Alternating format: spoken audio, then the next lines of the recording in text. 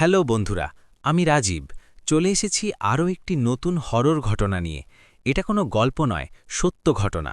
যদি একটুও ভালো লেগে থাকে, ভিডিওটিতে লাইক করে চ্যানেলটিকে অবশ্যই সাবস্ক্রাইব করবেন। এই ঘটনাটা বলার আগে একটা কথা বলে রাখি। এই গল্পটা শোনার পর যদি আজ রাতে ঘুমাতে যাও, ঘরের লাইটটা কিন্তু নিভিও না। কারণ এই ঘটনাটা এমন একটা বাড়ির, যে বাড়িতে মানুষ থাকত ঠিকই, কিন্তু তারা একা ছিল না। ঘটনাটা শুরু হয়েছিল ২০১৪ সালের শেষের দিকে, পশ্চিমবঙ্গের এক প্রত্যন্ত গ্রামে।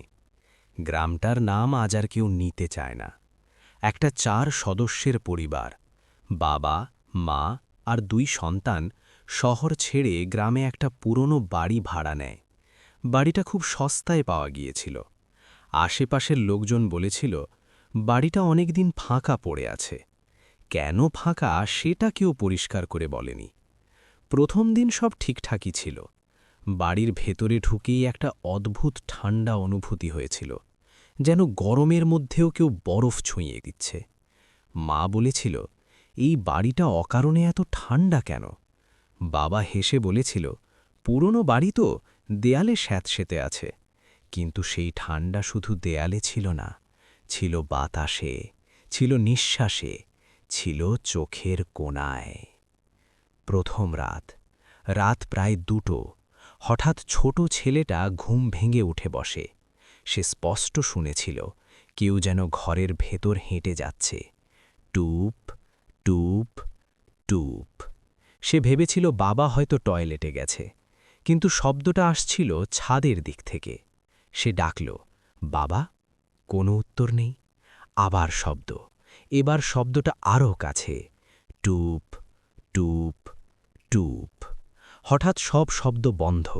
ঘরের ভেতর এমন নীরবতা নেমে এলো, যেন পুরো বাড়িটা নিঃশ্বাস নেওয়া বন্ধ করে দিয়েছে।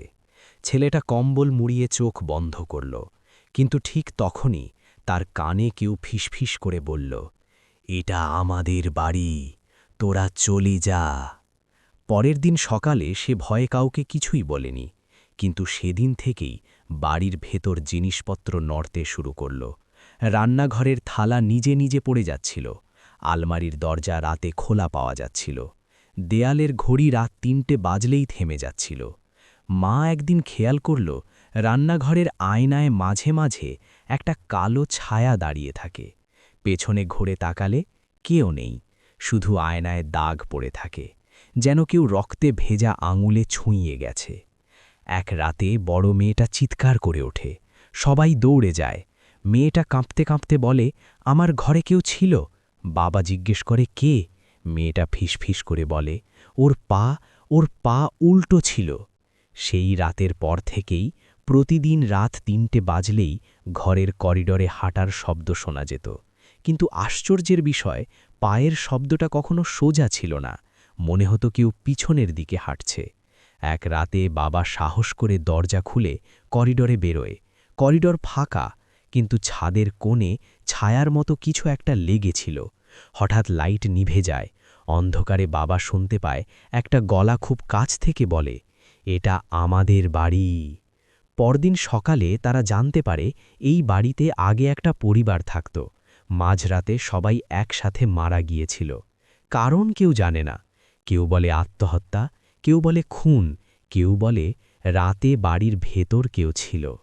শেষ রাতে মা বাচ্চাদের নিয়ে ঘুমোতে যাচ্ছিল। হঠাৎ জানালা নিজে নিজে খুলে যায়। হাওয়ার সঙ্গে ভেসে আসে পচা গন্ধ।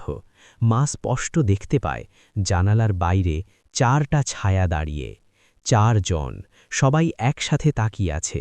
একটা ছায়া ধীরে ধীরে বলে, এবার তোমাদের পালা। পরের দিন সকালে পুরো বাড়ি খালি পাওয়া যায়। দরজা খোলা, ঘরের ভেতর সব জিনিস ছড়ানো, কিন্তু পরিবারের কোনো চিহ্ন নেই। আজও সেই বাড়িটা ফাঁকা পড়ে আছে। রাতে কেউ ওই রাস্তা দিয়ে গেলে বলে, একটা জানালায় আলো জ্বলে ওঠে, আর ভেতর থেকে কেউ তাকিয়ে থাকে। যদি কখনো ওই বাড়ির সামনে দাঁড়াও আর মনে হয় কেউ দেখছে, তাকিও না, কারণ একবার চোখে চোখ পড়লে আর ফেরা যায় না।